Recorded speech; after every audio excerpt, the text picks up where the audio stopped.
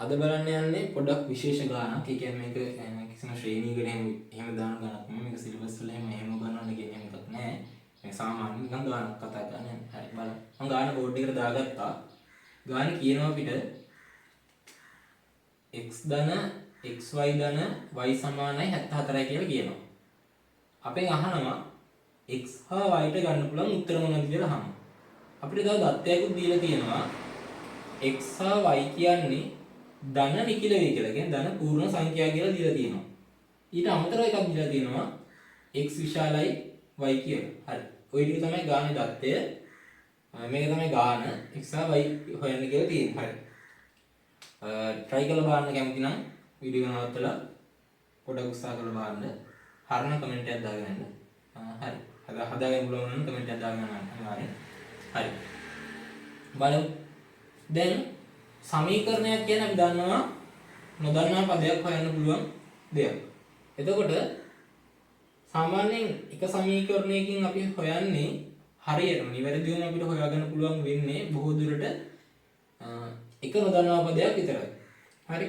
හැබැයි මේ මේක දීලා තිබ්බොත් අපිට මේක දැන් තව සමීකරණ දීලත් නැහැ. සමගාමී සමීකරණ වලට යන්නත් බැහැ. මෙන්න මේක දීලා මේ වගේ සමීකරණයක් දීලා දත්ත කීපයක් දීලා තියෙනවා.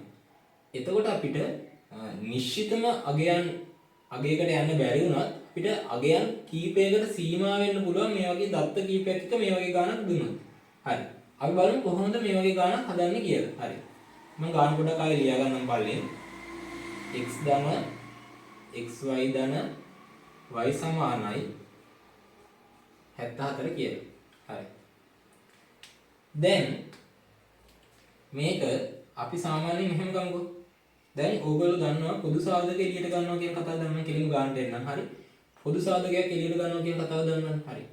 කොහොමද සාමාන්‍ය පොදු සාධකයක් එළියට අපි දන්නවා මේ දෙන්නටම අපිට පේනවා x අකුර පොදුයි.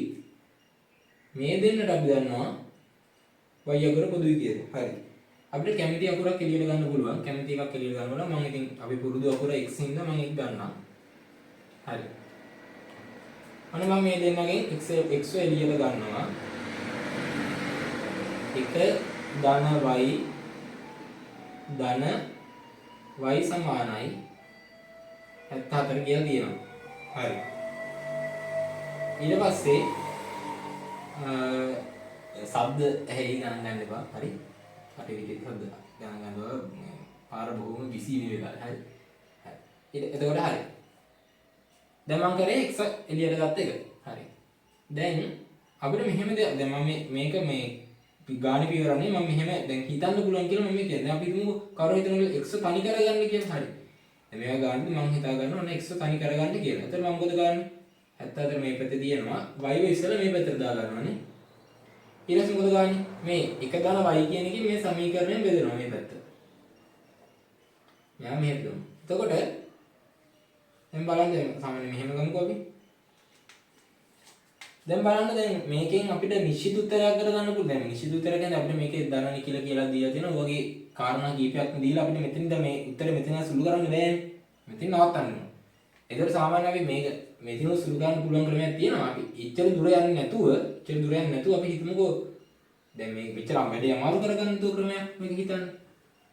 හරි. බලමු මොකක්ද කියලා. දැන් මට මෙතන y ධන එකක් තියෙනවානේ. මම කල්පනා කරනවා මට තව y ධන එකක් හදාගන්න පුළුවන්ද කියලා. y ධන එකක් හදාගන්න පුළුවන්ද කියලා මම කල්පනා කරනවා. හරි. මට පොඩි අදහසක් එනවා මම මෙහෙම වැඩක් කරනවා මේ ගානේ. මම මේ දෙපැත්තටම එකතු කරනවා ධන එකක්. හරි. මම ධන එකක් මේ දෙපැත්තටම එකතු කරනවා. දැන් මට මෙතන පේනවා y ධන එකක් තියෙනවා. මෙතන දැන් x ධන එක ධන y කියන්නේ y ධන එකමනේ. හරි. මෙතන තියෙන කොහොමද සංඛ්‍යාවක් ගැටලුවක් නෑ. හරි මම මේක තව පොලින් වල ගන්නවා. එතකොට මම මේක ලියා ගන්නවා y ධන එක කියලා. එතකොට පැහැදිලි වෙනවා ගාන ධන. දැන් අපි මේ දෙන්නගෙනුත් පොදු සාධකයක් එළියට ගමු. දැන් මේ දෙන්නගෙන් පොදු එකක් එහෙම පේන්නේ නෑ. හරි. අපි සාමාන්‍යයෙන් එහෙම පේන එක අපිට ගන්න ඕන නම් අපි මොකද්ද ගන්න ඉලක්කම? එක ගන්නවනේ. ධන එක කියන එක ගන්නවා. හරි. එකක් ගත්තාම මෙතන අගේ වෙනසක් වෙන්නේ නෑ. ධන එකක් ගත්ත හින්දා ලකුණු වෙනසක් වෙන්නේ නෑ. හරි. දැන් අපිට මෙතන පේනවා 74යි 75යි කියලා පේනවා. හරි. දැන් බලන්න අපිට මේ දෙන්නව වෙන විදිහට ගන්න පුළුවන් නේ. කියන්නේ y ධන 1 කියන එක. එතකොට ඉතුරු වෙන්නේ ඇතුළේ x ධන 1 කියන එකනේ. x ධන 1 කියන එක ඉතුරු වෙනවා. අපිට දැන් උත්තරයක් ආවා මෙන්න මෙහෙම එකක්. මෙන්න මෙතෙන්ට ගාන සුළු වුණා. හරි. දැන් මෙතනින් එහා ගාන හිතන්නේ කොහොමද? දැන් මෙතනින් එහා මේ සමීකරණ පැත්තෙන් ඇත්තටම තව ඉස්සරහට ගියොත් ආයි මේ තැන් වලට ගිහලා කියන්නේ නිකන් ගානේ වටේ කැරකෙන එක විතරයි වෙන්නේ. හරි.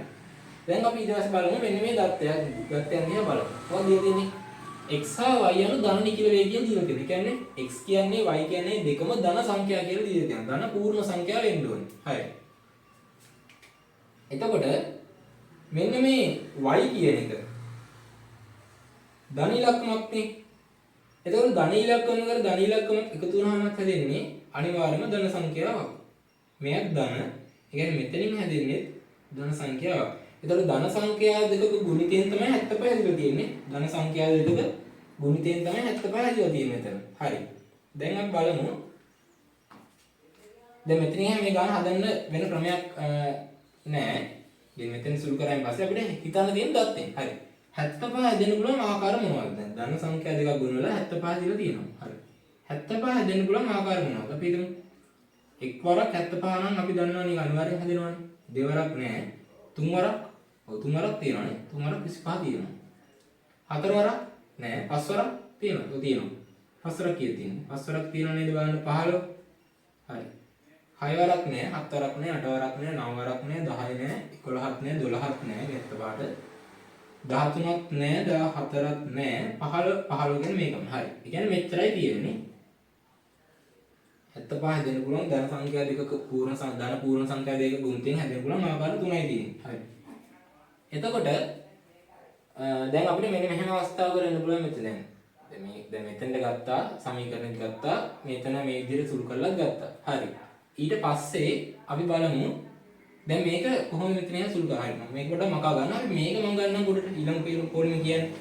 ඒ කියන්නේ x ධන y ධන 1 වාරයක් x ධන 1 කියන්නේ 75යි කියන එක මම ගන්නම්කෝ. y ධන 1 වාරයක් x ධන 1 කියන්නේ 75යි කියලා මම ගන්නවා. හරි. ඊට පස්සේ දැන් අපි බලමු දැන් මෙතන මෙහෙමනේ කතාව. දැන් මෙහෙම දෙයක් තියෙනවා. දැන් මේක ගොඩාක් ආදේශ කරන්න ඕනේ නැහැ. මම මෙහෙම කෙලින්ම කතාවට එන්නම්. හරි.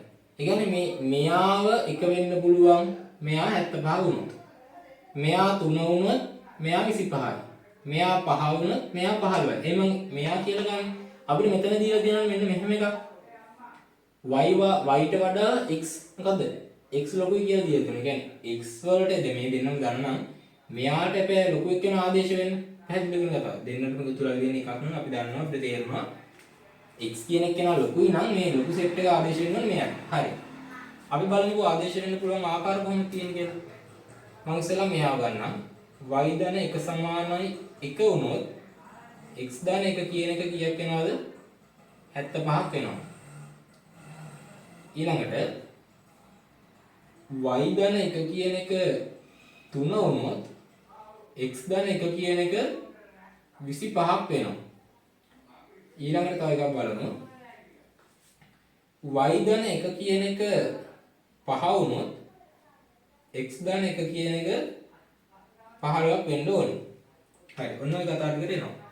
දැන් බලන්න y වලට එන්න පුළුවන් උත්තර මොනවද? මේ පැත්තෙන් අඩු නැහැ y බිඳුවක් වෙලා x කීයක් වෙන්න පුළුවන්ද? sorry x 74ක් වෙන්න පුළුවන්. 15 වගේ දැක්කේ. හරි. x 74ක් වෙන්න පුළුවන්. අවුලක් නැහැ. x ලොකුයි y පොඩි. හැබැයි පොඩි අවුලක් තියෙනවා. මොකද්ද? x සහ y වෙන දෙන්න මොනවද? ධන පූර්ණ සංඛ්‍යා. දැන් බිඳුව ධන ඉලක්කමක් නෙමෙයි. එතකොට මේ උත්තරය අපිට ගන්න වෙන්නේ නැහැ. කෙනෙක් හරි බිඳුවකට අපිට ගන්න වෙන්නේ නැහැ. හරි. මේක බලමු. y ධන 1 සමානයි 3 නම් y සමානයි අපි දන්නවා අපි කෙලිම ගමු. y සමානයි අපි දන්නවා 2යි. x සමානයි මෙතන එනවා 24යි කියලා. ඒක අවුලක් නෑ නේ. මේ ඔක්කොම නීති වලට එකගයි. හරි. මෙයා බලමු. y සමානයි 4යි.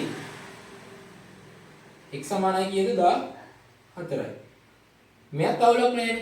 y පොඩි මේ y මේ y මේ x මේ x y පොඩි x ට වඩා සහ x සහ y කියන දෙන්නම ධන පූර්ණ සංඛ්‍යා. ගැටලුවක් නේ ගන්න කියලා. හරි. දැන් අපිට උත්තර දෙකක් ආවා මොකද්ද? එක්ක මේක එක්ක මේක. හරි. දැන් අපිට මම කිව්වා සමගාමී සමීකරණ නැතුව අපිට නිශ්චිත උත්තරයක් ගන්න ඉතාම අමාරුයි. හරි. ඉතාම අමාරුයි. ඒතර අපිට ගන්න පුළුවන් උත්තර තමයි මේවා. මොනවද අපිට ගන්න පුළුවන් මේ ගන්න පුළුවන් උත්තර? එක්කෝ මම xy කියන්නේ මෙහෙම ගන්නම්. xy කියන එක කෙනා එක්කෝ 24යි 2යි වෙන්න පුළුවන්. එහෙම නැත්නම් 14යි 4යි වෙන්න පුළුවන්. හරි. ඕවා තමයි අපිට මේ සමීකරණේන උත්තර. අපිට නිවැරදිම උත්තර දෙකක් ගන්න බෑ.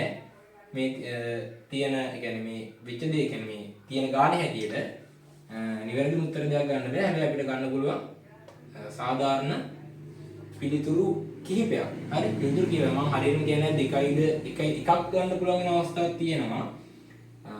එකක් ගන්න පුළුවන් අවස්ථාවක් තිබ්බොත් එකෙන් හරි බිඳුවක් වෙන්නත් පුළුවන්. හරි. අපි එහෙනම් මේ ගාන කතා කරමු. මේ ගානේදී මේ වගේ උත්තර දෙකකට යන්න වෙනවා. කියන්නේ x සඳහා උත්තර දෙකක්, y සඳහා උත්තර දෙකක් වගේ අගයන් දෙක ගන්න. දැන් මම බලමු මේක හරිද කියලා. කොහොමද හරිද කියලා බලන්න. 24යි 2යි xy තියෙනවා. බලමු x වල 24 ආදේශ කරලා 24 ධන 24 වරක් 2 ධන ගුණ කිරීමෙන් දැන් මේ තිත තියලා මෙතෙන්ට y කියන්නේ 2යි. බලමු 4ක් එනවාද කියලා. 24යි 24 දෙයක් 48යි 48යි 50යි 50යි 24යි 74යි එනවනේ. මේකෙනුත් ඔක තෘප්ත වෙනවා. හරි. ඔක තමයි අපි අද බලපු ගාන. ඒ කියන්නේ මට කියන්න ඕනේ සමීකරණයක් දීලා ඒ සමීකරණය තුළ නොදන්නා රාශීන් දෙකක් තිබ්බොත් බොහෝ දුරට එක සමීකරණයක් තිබ්බොත් බොහෝ දුරට අගයන් කිහිපයක් එනවා. හරි. බොහෝ විට ඊටාම කලාතුරකින් අගයක් වෙන්න පුළුවන් මේ දෙන දත්ත අනුව. හැබැයි මේ විදිහට දත්තයක් දෙන්න තු මේ වගේ ගානක් දුන්නොත් මේකේ පරාසය ගොඩාක් වැඩි. හරි. මේකේ පරාසය ගොඩාක් වැඩි වෙනවා. ඒකට හේතුව තමයි දැන් හිතන්න මේක පූර්ණ සංඛ්‍යාවක් කියන හොඳයි. මේක දශම සංඛ්‍යාවක් ගුණ වෙලා කොහෙන් හරි කැරකිලා එනවා නම් මේ උත්තරේ අපිට ඒ සියල්ලක්ම ආදේශ කර කර බලන්න වෙනවා. ඒතකොට ඒක සාමාන්‍යයෙන් කරන්න බැරි වැඩ. හරි. කරන්න පුළුවන් ඇති. නමුත් පරාසය ලොකුයි. කියන්නේ පැහැදිලිද? ඒ පරාසය ලොකි කොච්චර දුරට විහිදෙනවද කියන එක ලොකුයි. ඍණ සංඛ්‍යාවක් තිබ්බොත් තවත් ලොකු වෙනවා. මොකද ඍණයි දුන්නොත් ධන උත්තරයක් එන්නේ. පරාසය ලොකුයි. හිතන ප්‍රමාණය වැඩි, කාලය ගොඩක් යනවා. ඒතකොට නිවැරදි උත්තරයකට හැබැයි තනි සමීකරණ දැන් මේක තව සමීකරණයක් තිබ්බොත් x සහ y විතරක් අඩංගු ගැටලුවක් නැහැ. හරි? එහෙම ගැටලුවක් නැහැ. එහෙම වුණොත් ගැටලුවක් නැහැ. හැබැයි දැන් මේකේ තියෙන තත්ත්වය අනුව මේක නම් අපිට ආවේ x සඳහා උත්තර 2යි, y සඳහා උත්තර 2ක් විතරයි. හරි. පැහැදිලි ගාන. ඔක තමයි කියන්නේ පැහැදිලි කරන උන් ගාන මෙන්න මේක. තව මේ ගණන් උත්සාහ කරලා බලන්න. හරි. මේ ක්‍රමයේ පොඩි අවුලක් හරි කාට හරි තියෙනවා නම් නිකන් මෙහෙම ඉදන්නකෝ. දැන් ඔයා x දාන මම අර කලින් කිව්ව දේ ආයෙ පොඩ්ඩක් කියන්නේ. y සමානයි 74 නේ තියෙන්නේ. මම මෙයාගෙන් එළියට ගන්න කලින් මම මේ දෙන්නටම දෙපැත්තට එකක් එකතු කරන්නම්කෝ. දැන් හරිනේ. මේ දෙන්නේ පොදු සාදයක් ගන්න, මේ දෙන්නේ පොදු සාදයක්. දැන් පුළුවන්. හරි. ඒත් ඒ උත්තරේ මෙනවා. හරි. මම එකපාරම අර විදියට අරගෙන මේ එකතු කරේ. මොකද හිතන්න එකපාරට කෙනෙක්ට හිතන්න බෑ මෙතන එකක් එකතු කරන්න ඕනේ කියලා. අර y දන එක දැක්කෙන් පස්සේ නම් කෙනෙක්ට පොඩ්ඩක් කියන්න පුළුවන් තව y දන එකක් එන්න ඕනේ කියලා. හරි. ගාන පැහැදිලිනේ. හරි. ඔක තමයි අද ගාන.